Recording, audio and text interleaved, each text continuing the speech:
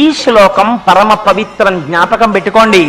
శంకరాచార్యుల వారు జాతియందు కృపత్యేత మనకిచ్చారు. ఆడ మగ పిల్ల పెద్ద ప్రతి వారికి శ్లోకం నోటికి రావాలి, తప్పులు లేకుండా చదవాలి. ఇందులో ఒక గమ్మత్తుంది ఆ శ్లోకంలో.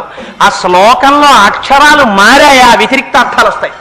అందుకని తప్పులు చదవకుండా చక్కగా చదవడం నేర్చుకుని చిన్న చిన్న పిల్లల దగ్గర నుంచి అలవాటు చెయ్యండి.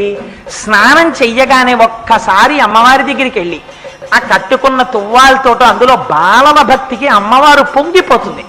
కూర్చుని అమ్మా శరజ్యోత్స్నా శుద్ధాం శశియుత జటాజూటమకుటాం వరత్రా సత్రాన స్ఫటిక ఘుటికా పుస్తకరాం సకృన్నత్వా కథమివ సతాం సన్నిదదతే మధుక్షీరద్రాక్షా మధురి మధురీణా ఫణితయః అని రోజు అది చదవడం నేర్పండి.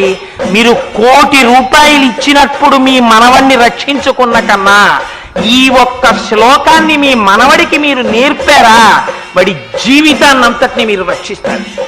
ఏదో ఒకనాడు వాడలా చెప్పగా చెప్పగా చెప్పగా చెప్పగా వాడి మనస్సు నిలబడుతుంది. ఆనాడు అమ్మ కృప వాడి ఎందు ప్రసరిస్తుంది. అమ్మ అనుగ్రహం కలిగిందా వాడు ఏ స్థితికైనా వెళ్ళచ్చు. అందుకని ప్రతి వాళ్ళు మాకెందుకండి, మేము పెద్దవాళ్ళం అయిపోయాయి కదా, మాకెందుకు ఈ శ్లోకాలు అనుకోకండి.